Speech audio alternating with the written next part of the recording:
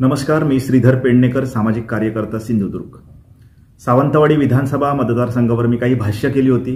तेथील अपक्ष उमेदवार आणि बंडखोर उमेदवार विशाल परब यांनी त्यांच्या क्रूर कर्माचा जो काही मी पाढा वाचला होता मागच्या पत्रकार परिषदेमध्ये, तर आता पण मी ही प्रेस घेऊन काही गोष्टी सांगू इच्छितो आपल्याला। त्यामध्ये विठ्ठल रखुमाई शेतकरी संघटनेने विशाल परब यांना पाठिंबा दर्शवलेला आहे। त्याचे अध्यक्ष मंगेश तळवणेकर या व्यक्तीने विशाल परब यांना पाठिंबा दिलेला आहे। मात्र मंगेश तळवणेकर यांनी पूर्ण त्यांच्या संघटनेच्या मेंबरशिप ते बोललेले आहेत का? त्या घटनेमध्ये जी त्यांच्या संघटनेची घटना आहे, जी धर्मादायाकडे रजिस्टर केली जाते, प्रथम त्यांची संघटना जी आहे ती रजिस्टर आहे का? रजिस्टर असेल तर त्यामध्ये असणाऱ्या घटनेमध्ये तशा प्रकारची तरतूद आहे का?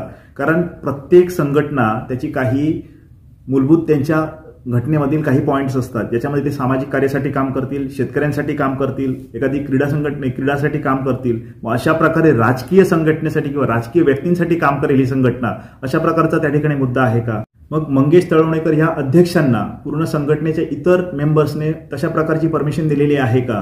पण त्यांची तशी मीटिंग झालेली आहे का? त्यांच्या घटनेमध्ये तशी तरतूद आहे का की ज्या तरतुदीप्रमाणे ते विशाल परब या राजकीय उमेदवाराला, ज्या उभे राहिलेल्या राजकीय उमेदवाराला तशा प्रकारचा पाठिंबा दर्शवत आहेत? मग का धर्मादाय आयुक्तांनी यांच्यावर कारवाई करू नये? तर अशा प्रकारे मी विनंती करतोय, अनेक शेतकऱ्यांना या माध्यमातून सांगू इच्छितो की मंगेश तळवणेकर यांनी भलेही त्यांचा पाठिंबा विशाल परब यांना दर्शवलेला असेल तरी कुठच्याही शेतकऱ्याने त्या संघटनेच्या माध्यमातून किंवा संघटने आवाहन केलंय म्हणून विशाल परब यांना मतदान करू नये।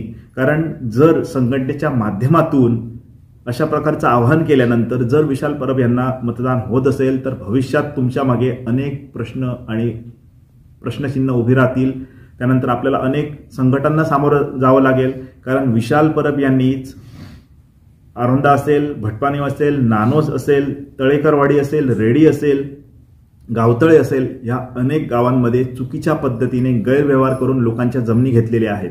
आणि ह्याच जमिनी घेतल्यामुळे लोकांना अद्यापही त्रस्त व्हावं लागलेलं आहे। मागच्या झालेल्या प्रेसमुळेच लोकांना काही प्रमाणात न्याय देखील मिळालेला आहे।